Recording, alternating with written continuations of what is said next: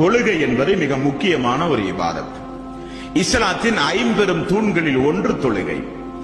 ஷஹாதத்து கலிமா சொல்லி யாரெல்லாம் இஸ்லாத்தை ஏற்றார்களோ, 7 வயதை தாண்டி 10 வயதை அடைந்து யாருக்கெல்லாம் ஹராம் ஹலால் கடமையாக்கப்பட்டதோ எல்லோருக்கும் இந்த தொழுகை கடமை. தொழுகை கடமையிலிருந்து யாரும் விதிவிலக்கு அல்ல.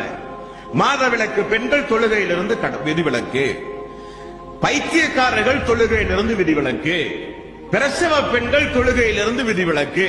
வேறு எல்லோருக்கும் தொழுகை கடமை. யாரும் தொழுகையிலிருந்து தப்பிக்கவே முடியாது. நபிகள் நாயகம் ஸல்லல்லாஹு அலைஹி வஸல்லம் அவர்கள் சொன்னார்கள், இந்த உலகத்தில் இஸ்லாமிய சமூகத்தில் ஒரு மனிதன் தொழாமல் இருப்பானேயானால் அவன் ஒன்று பைத்தியக்காரனாக இருக்க வேண்டும்.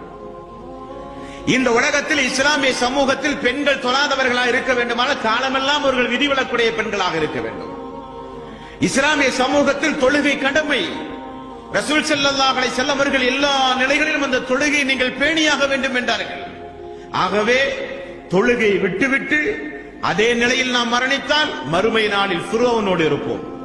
தொழுகையை கடைபிடித்து ஐநேர தொழுகையை பேணி அதோடு நாம் மரணித்தால் வமயுத்த இல்லாஹ வர் ரசூல் உலாயிக மஅல்லதீன அன்அல்லாஹு அலைஹிம் மினன் நபிய்யின வஸ்ஸிதீகின வஸ்ஸுஹதாஇ வஸ்ஸாலிஹீன்.